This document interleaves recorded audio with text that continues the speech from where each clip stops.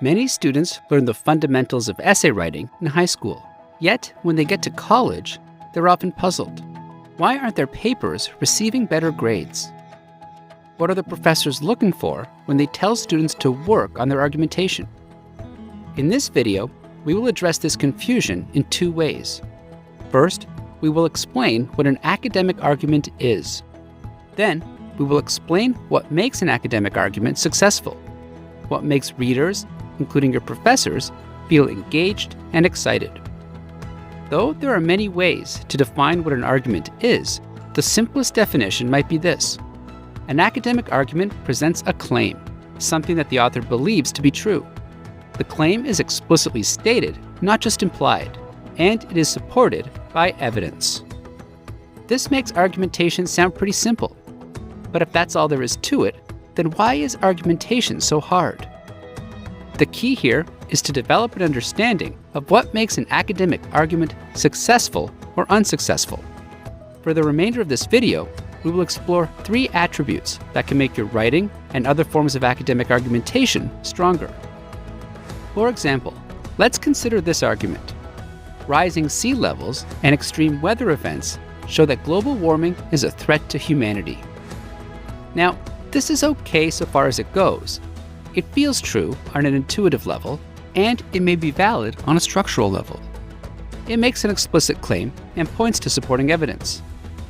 But were you to submit this argument to one of your professors, you'd likely be met with a comment along the lines of, "This is too broad," and we'd be inclined to agree. Recall that all academic arguments need to be supported by evidence. And when making a claim this broad, it would be difficult to find all the necessary evidence to make the argument convincing. How can you possibly support a claim this big? Do you have time to describe all of humanity and the various ways that its inhabitants and cultures have been threatened by global warming? Of course not. So this word, humanity, should probably be revised. It's important to remember that most writers start out with arguments that are too broad, even if they avoid sweeping claims about all of humanity. If your thesis statement includes references to a group of people, a society, a time period, or an institution such as education or religion, then chances are you need to double-check your argument for specificity. If you have a tendency to make broad arguments, or if you have been told to work on specificity, then ask yourself, how do I know my argument is true? What have I actually seen, read, experienced, etc.? Once you have identified the evidence that led to your argument, ask yourself this follow-up question. What would my argument sound like if I based it on the specific evidence I have encountered? For instance, maybe you have global warming on your mind because of a camping trip you took over spring break. Well, why not focus on the effects of global warming right here in Southern California?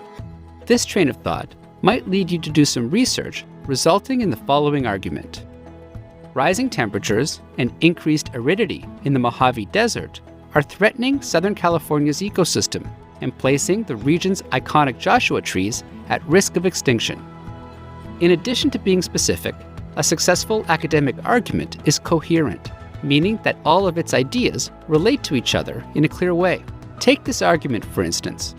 Social media creates political intolerance, problems with self-esteem, and excessive consumerism. The author has some good ideas here, and there is certainly ample evidence to support each point. But these claims feel disjointed, almost arbitrary. After all, why mention these 3 problems? Why not mention other problems with social media, such as the fact that it can lead to bullying or affect a person's focus and productivity? Furthermore, why do these examples need to be mentioned in this order? Is there a specific reason, or is this just the order in which the writer generated the ideas? It can be particularly difficult for students to break the habit of listing ideas, since this is often what you were taught to do in high school. This is also a style of writing you see frequently online, in listicles, and in other mediums such as business presentations. There is nothing inherently wrong with listing ideas.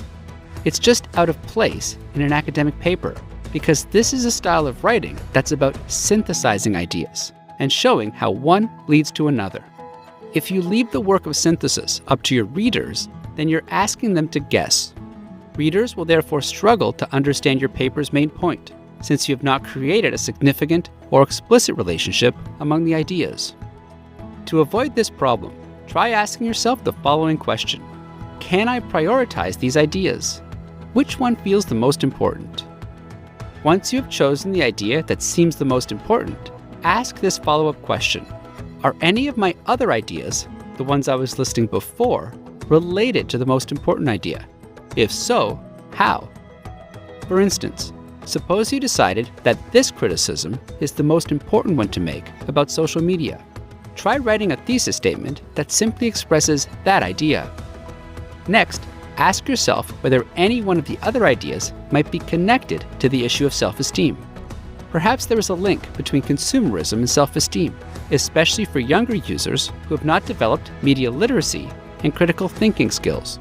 Pushing yourself to synthesize different ideas might lead you to an argument such as this one: social media creates problems with self-esteem, especially among young people, because of the excessive consumerism promoted on these platforms. If we compare these two arguments to their original form, we can see they're much better now. But they're not finished yet. These arguments could be even more specific to begin with. But more importantly, these arguments need more originality. Successful academic arguments are original, meaning they advance an audience's knowledge and understanding. This point is so basic that it's easy to miss. Take this argument, for instance. Because the SAT is not an accurate measure of students' abilities, it should be abolished from the college admissions process. Let's take a moment, first, to acknowledge what this argument is doing right. It's specific. We know what problem the author wants to focus on. It's also coherent, since we have a single suggestion rather than a bunch of unrelated calls for reform. The problem here is that this argument is not necessarily useful to anyone who reads it, because it has been made many times before. Why then are you repeating this argument in your paper? How does rehashing this point advance knowledge and understanding? It can be easy to miss this point, especially since the arguments you're making in college might be new to you. Perhaps you really didn't know there were problems with standardized tests until you read about them. However, a paper that summarizes your research or repeats a well-known claim will not make a successful academic argument, because a successful academic argument adds to collective knowledge or changes a group's understanding of a topic. It's worth noting that this step is very, very difficult. It's especially difficult when you are an undergraduate, because you're just starting out in your field of study. You are not an experienced member of any specific discipline or professional domain.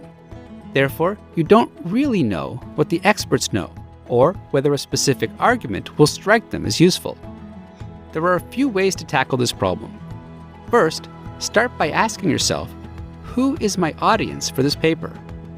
We cannot say enough about how important this first step is. In order to generate arguments that are useful, you have to figure out whose knowledge and understanding you're trying to advance. In the case of this argument about SATs, maybe you're addressing college admissions officers, or maybe you're addressing parents or students or teachers. Once you have an audience in mind, ask yourself this follow-up question. When it comes to this topic, how can I supplement this audience's existing knowledge and understanding? Asking this question means that you look at your research in a new way. Now, instead of simply absorbing facts and information about your topic, you start looking for unsolved problems, unanswered questions, and unresolved disputes within a particular audience in relation to that topic. You look for places where the conversation has broken down, or places where understanding might be incomplete. You also start paying attention to the audience's values, the things they seem to care about, want, generally agree upon, and so forth. If you're struggling to figure out how your argument advances knowledge and understanding, try asking yourself if the argument you want to make could address a question that matters to this audience, solve a problem that matters to this audience, resolve a debate that matters to this audience, question practices or beliefs that matter to this audience, or introduce concepts that will matter to this audience. For instance, suppose you're addressing this argument to college admissions officers. you can assume that these people are already familiar with the downsides of the SAT. This audience does not need a review of the existing literature. What they need is a workable solution, a way to select students without relying on the test. If you approach your argument with this in mind, you might wind up revising your thesis to say, since the SAT is so problematic, we should replace this portion of the college application with a portfolio that showcases a student's creativity. Alternatively, suppose you decide to address your argument to parents. This is a different audience with a different set of priorities. You might therefore frame the argument this way. To help teenagers manage their stress, parents should encourage their children to skip the SAT and apply to test-optional colleges. To recap, we have suggested that a successful academic argument is specific, coherent, and it advances an audience's knowledge and understanding. It is worth stating, however, that very few writers manage to achieve all of this perfectly, not even published writers. It's relatively easy to tell whether you have made an argument. You either have a claim or you don't. You have evidence or you don't.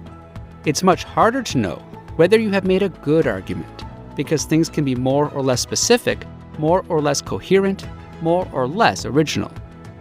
Don't be surprised, therefore, if you look over your paper and still feel a bit unsure. Like most domains in life, academic discourse is a practice. It's a set of expectations that has evolved within a particular community over time. By presenting you with these criteria, we are showing you the moves, the game, if you will. Your professors do not expect you to execute these moves flawlessly, especially if you are new to college or new to your field.